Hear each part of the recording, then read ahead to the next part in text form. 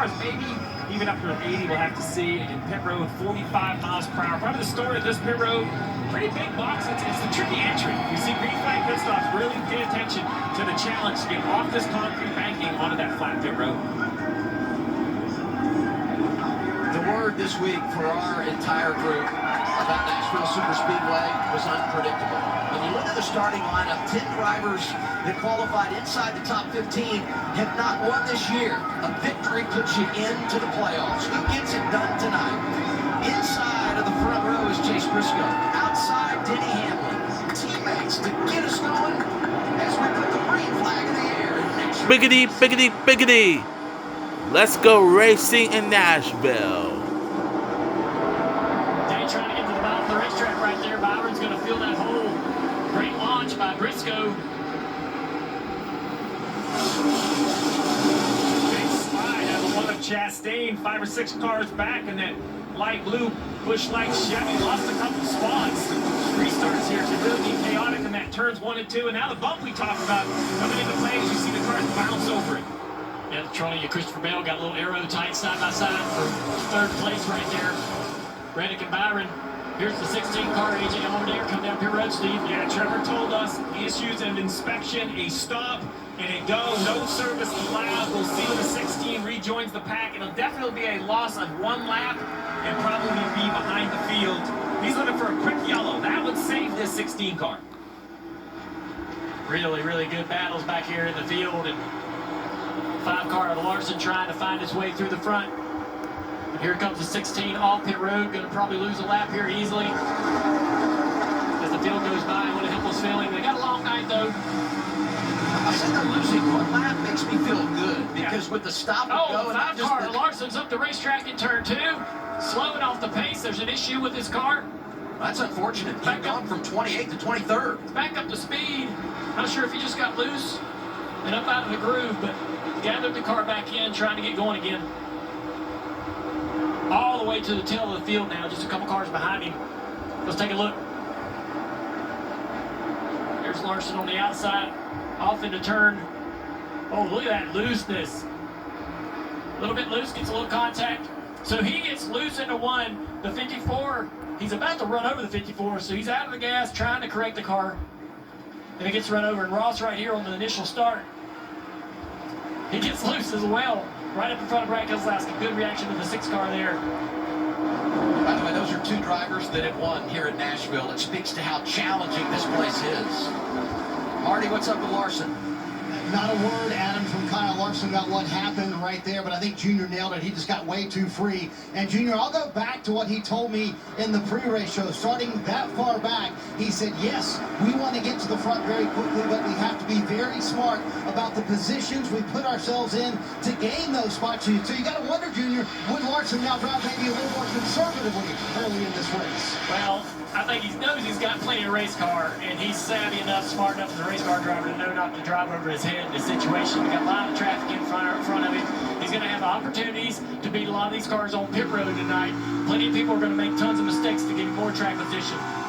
So he's in good shape. As long as the car's there, that was the one thing we were worried about with practice times and qualifying speed. What kind of speed does the car even have? So that's still something we're going to figure out here in the early stages. Well, this is the challenge. When you say conservative, how? I mean, there's traffic everywhere. You're going to have to take certain risks right there. He's taking 3 wide middle, chose to stick with the outside, gave Riley Herbst in that 35 a shove down into the corner. Yeah. He was checking up, trying not to run into the back of the Gibbs car on that turn 1 entry, and he got contact from behind from Gilliland, and that he was a little bit free, but I think the contact was mostly what sent him up the racetrack there. You referenced Gibbs. Gibbs is 21st. Larson had driven in the first couple of laps from 28th to 22nd, so he was gaining on the competition, and all signs were that he was going to move to the front early, has the wiggle, and now settles in line, and we'll see what he has over the balance of the night. Meanwhile, back at the front, Briscoe 0.4 of a second in front of teammate Denny Hamlin. National Debt Relief taking us on board here. It's a great bumper camera there showing us the asphalt or the concrete and exactly what that looks like, how imperfect the surface is. It's so rough. You see the chatter as he goes around this racetrack, just kind of bouncing. Look at it bounce all the way down the straightaway. If you ever rode on the interstate, it's concrete. You can bounce, the car just kind of bounces across the joints. Big bump right there. Another one right here if you stay on board. Right there. That little bump right there is a newer bump that Chase Elliott, some of the drivers talked about, may be a problem on the long run as they're losing grip in the car. You've got somebody on your door on your left side and making you really tight right there. You can bounce tight or loose across that bump late on corner exit of turn 4. We'll keep an eye on that. This feels a little bit like a broken record. I think back to last week, Coke 600. You got Briscoe on the pole. He's up front. Hamlin spent so much time in the top 5 last week. Same for William Byron, who led all those laps. Tyler Reddick was there. And look at our top 4 tonight, 19, 11, 24, and 45.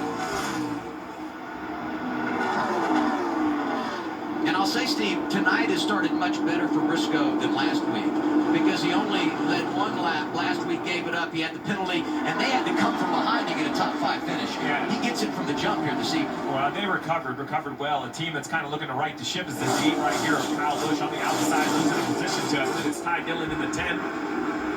48 right behind him. Oh, look at Busch turns back to the left. He's going to take the low line. Good grip kind of all over the racetrack. I think early the bottom is going to be the preferred lane. It wouldn't shock me to see him move up the racetrack as the tires age.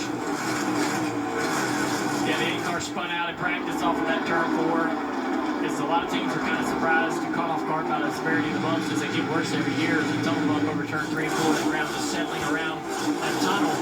And that track just kind of sinking down creates a stronger, more difficult bump to get through each time we come back. And hard to believe that Kyle Busch, last top 10 early April Darlington. I mean, you talk about trying to recover, Dale. This is what you mentioned right here in practice. yeah, you'll see the car back there in the middle of the corner just getting loose and just easily spins it down the racetrack. Josh Berry had the same issue right early in the second segment of practice, right in the second group of practice. We saw a couple cars get loose, and that's the bump they've ground. You see that little light space right there? They've ground that to make this a little bit more comfortable for the drivers and teams, because it does get, as this dirt settles around that tunnel, that sinks down and creates a stronger bump. And apparently it's not that severe up high when they go into the high groove. I'd chase up there and try to find that comfort out of that bump in turn 3 and 4. Look at the top 5, a lot of Toyotas there. Briscoe, Hamlin, Byron, Reddick, and Bell. We're off and rolling on a Sunday night in Music City.